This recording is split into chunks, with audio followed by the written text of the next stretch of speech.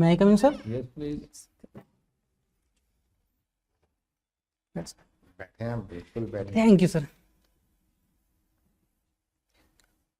शेर, आप जानते हैं शेर में एक मिसर क्या होता है? शेर में 2 लाइनें होती हैं। जी सर, जी सर। जो एक लाइन होती है उसको क्या कहते हैं? असार कहते हैं सर उसको। असार की मिस्र। सॉरी सर, बट मुझे असार का पता है कि जो एक सिंगल लाइन होती है उसको असार कहते हैं। अच्छा, शेर, क्या शायरी कई शेरों से मिलकर शायरी बन जाती है? बिल्कुल सर। 4 असारों से मिलकर जो है शेर शायरी मिलती है, और 2 असारों को हम शेर कहते हैं। अच्छा, अब मैं एक जो पूछ रहा हूँ, मीर तकी मीर के बारे में बताएं। जी सर, मीर तकी मीर 1857 के दौर के एक शायर हैं जो मुगल एम्पायर के टाइम में थे, और जो आधुनिक उर्दू है, आधुनिक उर्दू में उर्दू शायरी करने के लिए वो जाने जाते हैं। कई सारे उनके ऐसे शेर हैं कि जो समाज के आईने। दिल्ली छोड़ के गए थे, कहाँ गए थे? सॉरी सर, एग्जैक्ट जहाँ आप नौकरी करने जाने अवध गए थे, लखनऊ। Thank you sir. अच्छा, मजाज का कंट्रीब्यूशन बताएं। मजाज, एक मजाज नाम है। मजा जी सर, हाँ, अलीगढ़ यूनिवर्सिटी में। अलीगढ़ हाँ, मुस्लिम, बताएं सर, मजाज का कंट्रीब्यूशन। जी सर, अलीगढ़ यूनिवर्सिटी में पढ़ाते थे उर्दू को, और उन्होंने शायरी, नज्म, स्पेशली नज्म में उनका बहुत बड़ा रोल रहा है। आधुनिक नज्म को एक अलग रुख दिया है, जो आधुनिक इशूज पर उन्होंने काफ़ी नज्म लिखी हैं। उन जावेद अख्तर का उनसे क्या रिश्ता है, मजाज से? सॉरी सर, इसका आइडिया नहीं है मुझे। मामू थे Javed Akhtar. Okay sir, thank you. आज का, पहले जो था मुशायरे बहुत होते थे, शेर व शायरियाँ जी होती थी, सर। अब क्यों कम हो गया? आप दिल्ली सरकार सिर्फ एक मुशायरा करवाती है। जी सर, रेख्ता होता है अभी दिल्ली रेख्ता में। बहुत बड़ा है। जी सर। वो दिल्ली सरकार का रेख्ता तो बहुत बड़ा है। जी बताएं जी, क्यों उर्दू कम हो गया है? हाँ सर, इसके कई सारे कारण माने जा सकते हैं। एक तो उर्दू का जो जिस तरीके से विकास हुआ था, अब एक एलिट क्लास की भाषा बन चुकी है। जो लेखक हैं, जो कवि हैं, उनके ही बोलचाल में ये यूज हो रही है। पॉपुलैरिटी उसमें कम जी सर, आम भाषा नहीं है। दूसरा सर, कुछ उर्दू के बारे में ऐसे रूमर्स भी चलते हैं कि ये फॉरेन लैंग्वेज है, या एक पर्टिकुलर मजहब से इसको जोड़ देना, उसकी वजह से भी जो है अभी वर्तमान में मुशायरों का जो है रोल कम हो गया है। हालांकि विदेशों में जैसे यूएई में काफ़ी मुशायरे हो रहे हैं और बढ़ रहे हैं, तो वहाँ पर देख सकते हैं। अच्छा, चलिए आपको दिया जाए उत्तर प्रदेश में उर्दू प्रमोशन के लिए आप क्या करें? जी सर। क्योंकि आपका शौक है। जी सर। सर, आप क्या करेंगे उर्दू प्रमोशन? सबसे पहले तो भाषा का जो संबंध है, मैं ये समझाने की कोशिश करूंगा कि किसी पर्टिकुलर मजहब से नहीं है। और वो तो खत्म हो गया। उर्दू प्रमोशन बताइए, क्या क्या किया जाएगा? सर, सोशल मीडिया का यूज करूंगा मैं। सोशल मीडिया पे नेक्स्ट। हाँ, और सर, जो हम प्रशासन में कई बार शेर लिखते हैं या कई स्लोगन भी लिखते हैं, तो उर्दू का उसमें यूज किया जा सकता है, जिससे कि उर्दू को बढ़ावा मिले। उर्दू का उत्तर प्रदेश सरकार किताबें निकालती है। सेंटर में तो उर्दू एकेडमी है। जी सर। आपको अंदाज है कुछ यूपी में? लखनऊ एकेडमी है sir. Very good. Okay, thank you sir. चलिए, आप इग्नोयू से हिस्ट्री कर चुके हैं। जी सर। Post graduation. जी सर। 3 ऐसी युद्ध बताइए जिसका देश की हिस्ट्री पे बहुत बड़ा इम्पैक्ट है, भारत का इतिहास बदलने में, जिनके को आप कह सकते हैं कि इन 3 वॉर्स के बारे में। सर, एक तो पानीपत का फर्स्ट वॉर, जिसमें बाबर ने जो है भारत में मुगल साम्राज्य की नींव रखी थी। किसको हराया था? इब्राहिम लोदी को, लोदी वंश के साथ ये युद्ध था।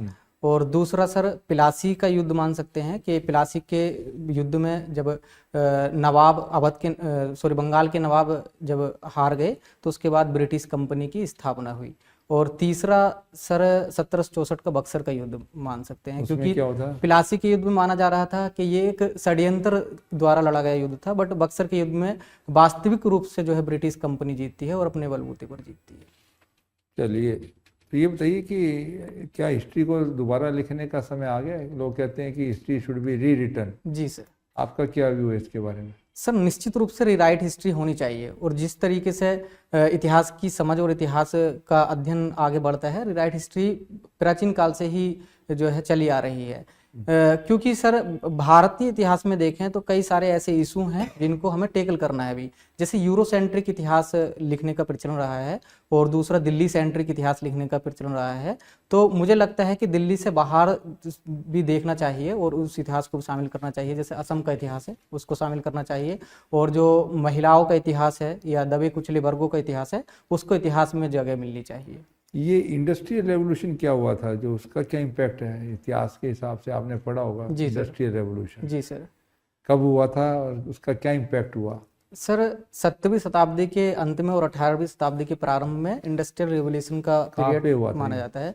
सबसे पहले ब्रिटिश में हुआ, क्या ब्रिटेन में हुआ कारण था। क्या था इसका होने का?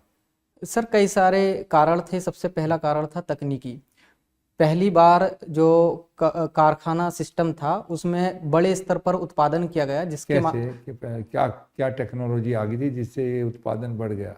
सर अलग अलग सेक्टर में, जैसे टेक्सटाइल सेक्टर था तो उसमें भी कई सारे नए तकनीक आई वो थी। सब बातें ठीक हैं, पर कोई ऐसी चीज का आविष्कार हुआ भाप इंजन का उपयोग। तो उसके बाद क्या हुआ? भाप इंजन बना, स्टीम इंजन किसने बनाया था? सॉरी सर नाम जेम्स वॉट। जेम्स तो उससे क्या हुआ था भाप के इंजन बनाने से? सर एक तो जो संसाधन है, संसाधनों का दोहन बहुत तेजी से होने लगा था, क्योंकि भैया, मोबिलिटी भाप से इंडस्ट्री चलने लगी थी और भाप से इंडस्ट्री भी तो चलने उसकी वजह से वो जो प्रोडक्टिविटी बढ़ गई। लगी। That is the main one of the major yes sir, reasons. Thank ठीक है ना, चलिए धन्यवाद। You. Okay sir, thank you. Official language सुना है आपने? जी सर। क्या होता है ये? सर किसी भी राज्य की या देश की जब औपचारिक रूप से लैंग्वेज को घोषित कर दिया जाता है तो उसको ऑफिशियल लैंग्वेज कहते हैं। यूपी में कितनी ऑफिशियल लैंग्वेज हैं? सर एक तो हिंदी है और उर्दू है, 2 ही ऑफिशियल लैंग्वेज है। उर्दू को कब डिक्लेयर किया था ऑफिशियल लैंग्वेज? सर एग्जैक्ट सन याद नहीं है। ठीक सॉरी सर 1967 के आसपास, जहाँ तक मुझे ठीक है। याद ये बताइए, जेनजी प्रोटेस्ट का नाम सुना है आपने? जी सर। क्या है ये, कहाँ पे हुआ था? सर जेनजी प्रोटेस्ट पहले तो हमें बांग्लादेश में दिखाई दिया, फिर उसके बाद नेपाल में जो है अभी हुआ है। इनका मानना होता है कि ये जो है लास्ट जनरेशन मानी जाती है, और 1998 से 2012 में के बीच जो पैदा होते हैं उनको माना जाता है कि ये जैन जी हैं। एक तो इंडिविजुअल रेडिकलिज्म में विश्वास करते हैं और दूसरा सोशल इंडिफरेंस। लेकिन कुछ इनके पॉजिटिव भी इश्यूज को उठाते हैं, जैसे कि लोकतंत्र और रिस्पॉन्सिबिलिटी एंड ट्रांसपेरेंसी। तो उसके संदर्भ में ही ये प्रोटेस्ट करते हैं नेपाल में और बांग्लादेश में। आपको लगता है कि इंडिया में भी ऐसा कुछ हो सकता है इन फ्यूचर? सर संभावना तो व्यक्त किसी भी राष्ट्र के बारे में की जा सकती है। जहाँ जहाँ तानाशाही आती है या लोकतंत्र का पतन होता है, वहाँ पर हम देख सकते हैं कि एक वर्ग जो है लोकतंत्र के लिए और जवाबदेही के लिए उठता है और प्रोटेस्ट करता है। तो किसी भी राष्ट्र में अगर ऐसी स्थिति उत्पन्न होती है तो कहीं भी हो सकता है। तो आपको लगता है कि हो सकता है इंडिया में? वर्तमान में सर मुझे कोई ऐसी स्थिति दिखाई नहीं देती है। ठीक है। आप एक डिस्ट्रिक्ट में डीवाईएसपी हैं, आपके डिस्ट्रिक्ट में एक फेक न्यूज़ स्प्रेड होती है। जी सर। उसके कारण 2 कम्युनिटी के बीच में कम्युनल टेंशन स्टार्ट हो जाता है। जी सर। दोनों आपस में पथरावबाजी भी कर रहे हैं, सिचुएशन बहुत क्रिटिकल हो चुकी है। जी सर। आप क्या करेंगे? सर सबसे पहले तो मैं दोनों कम्युनिटी के बीच जाऊंगा, क्योंकि कम्युनिकेशन मेन टूल होता है किसी भी सामंजस्य को बिठाने के लिए। तो मैं कोशिश करूंगा कि जो फेक न्यूज़ है उसके बारे में अवेयरनेस फैलाऊं। और दूसरा, जो फेक न्यूज़ की गई है उसमें कानून का साथ लेकर, जैसे आईटी एक्ट है, आईटी रूल्स है, तो उसका सहारा लेकर मैं उस पर प्रतिबंध लगाऊंगा, उसको खत्म करने की कोशिश करूंगा, और जिसने भी फेक न्यूज़ फैलाई है उस पर दंडात्मक कार्रवाई की जाएगी। ठीक है। अभी रामसर साइट्स कितने हैं यूपी में? Sir 10 Ramsar site. कंफर्म है? आप कब पढ़ा था आपने 10 हैं? सर काफ़ी टाइम हो गया, मेंस के टाइम मैंने देखा था तो 11 हो गई हैं अभी। ओके सर, थैंक ठीक है। और नेशनल पार्क कितने हैं? You. National park sir I think 3 या 2 हैं sir. Tiger reserve? Tiger reserve sir, sorry sir मुझे ठीक है। मुझे ना देख लूंगा एक यूपी की ऐसी यूनिक चीज़ें बताइए, एक जो कहीं पे नहीं पाई जाती भारत में, सिर्फ यूपी में मिलती है। सॉरी सर समझ नहीं पा रहा हूँ किस यूपी संदर्भ की में। किसी भी संदर्भ में एक यूनिक चीज़ जो सिर्फ यूपी में मिलती है और कहीं नहीं पाई जाती। सर प्रोडक्ट में सर हम अलग अलग डिस्ट्रिक्ट में अलग अलग प्रोडक्ट को देख सकते हैं, जो कि मुश्किल है कि दूसरे राज्यों में ऐसा मिले। और दूसरा सर यूपी में मैं पैदा हुआ हूँ, तो मुझे भी देख सकते हैं, दूसरे राज्य में मैं नहीं हूँ। ठीक है, thank you. Thank you sir. Okay, वैसे सही तुम्हारे दिमाग में क्या था? कैसा? हाँ, मैं इन्हीं का सोच रहा था। क्या चीज? मैं यही सोच रहा था कि अपने बारे में बताओ। बहुत सुंदर। मैंने पूछा ना कोई एक ऐसी चीज है जो सिर्फ यूपी में मिलती है और क्या? कहीं नहीं। इन्होंने पता ना मैं पैदा हुआ हूँ, हाँ, बहुत तो मैं यही सोच रहा था कि very witty, very thank you sir. I wish आपसे ऐसा जवाब पूछो, वैसे ही जवाब। ओके। तो कासिम, काफी अच्छा, कैसा रहा आपका इंटरेक्शन?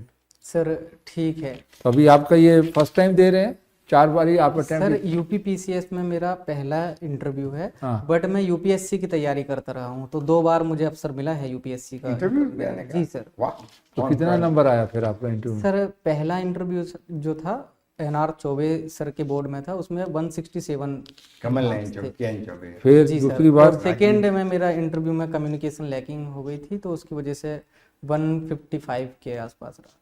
राजीव नयन तो चौबे कितने नंबरों से मिस किया आपने फाइनल लिस्ट पहली इस दफा? बार ज़्यादा है, 22 नंबर से है, और लास्ट टाइम मेरा 7 नंबर से था, और ईडब्ल्यूएस कैटेगरी से मेरा सिलेक्शन हो गया था, बट उसमें इशू हो गया था कुछ। ईडब्ल्यूएस में इशू हो गया था, फाइनेंशियल ईयर की मिस्टेक हो गई थी मुझसे।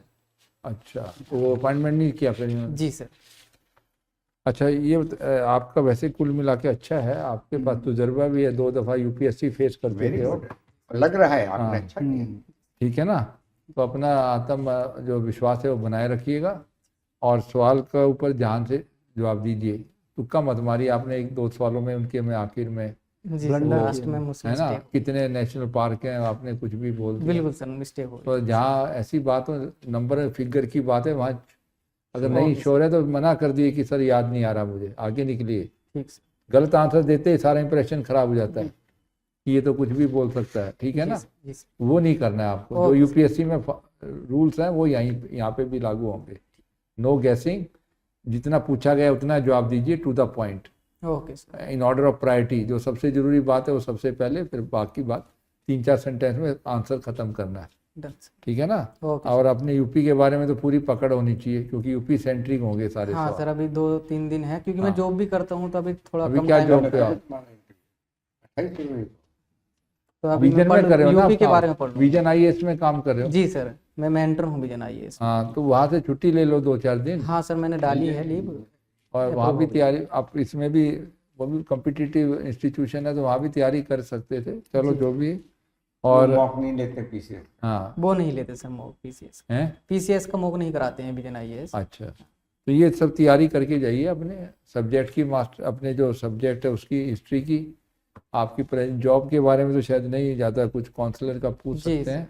हॉबीज आपने शायरी लिखी हुई है, उसके बारे में आप बोलिएगा, शायरी पे आपकी अच्छी पकड़ है, वो जरूर पूछ सकते और हैं। That will attract question on that.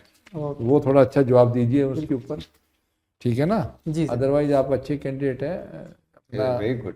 Eye contact थोड़ा सा सबकी तरफ रखिए, जो मेंबर पूछ रहे हैं उसकी तरफ ज़्यादा ध्यान, बाकियों को भी बीच में। चेहरे पे हल्की सी स्माइल हो तो और भी अच्छा है, और अपना कॉन्फिडेंस बना के जवाब दीजिए। एंड काजिम, आपके पास तो एज इज विद यू, आप तो यंग हो, 26 साल के तो हो आप। जी सर। तो एज इज विद यू।